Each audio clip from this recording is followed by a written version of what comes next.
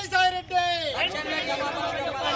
అనుచిత వ్యాఖ్యలు చేసిన విజయసాయి రెడ్డి మీడియాపై అనుచిత వ్యాఖ్యలు చేసిన విజయసాయి రెడ్డి మీడియాపై అనుచిత వ్యాఖ్యలు చేసిన విజయసాయి రెడ్డి ఖబర్దార్ విజయసాయి రెడ్డి ఖబర్దార్ విజయసాయి రెడ్డి ఖబర్దార్ విజయసాయి రెడ్డి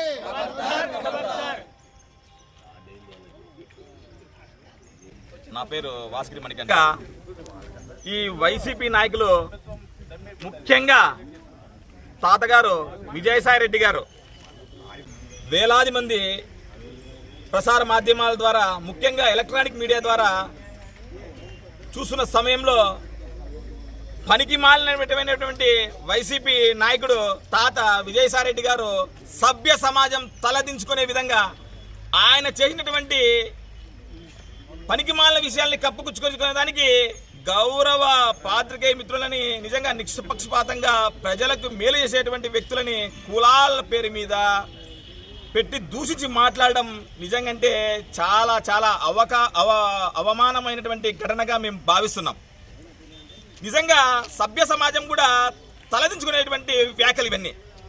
తక్షణము అతని వ్యాఖ్యలని వెనక్కి తీసుకోవాలి. నిజంగా ఇలాంటి వాళ్ళు ఎవరైనా ఏదైనా బురద చల్లితే ఈ రాజకీయ నాయకుల మీద సర్వసాధారణం ఆ కడుక్కునే ప్రయత్నం చేయాలి. కానీ పనికి మాలిన వ్యర్థ మాటలు మాట్లాడుతూ పాత్రికేయ మిత్రుల మనోభావాలని దెబ్బతీసే విధంగా ఆయన చేసినటువంటి విధానం చాలా దారుణం. దీన్ని జనసేన పార్టీ తీవ్రంగా ఖండిస్తుంది.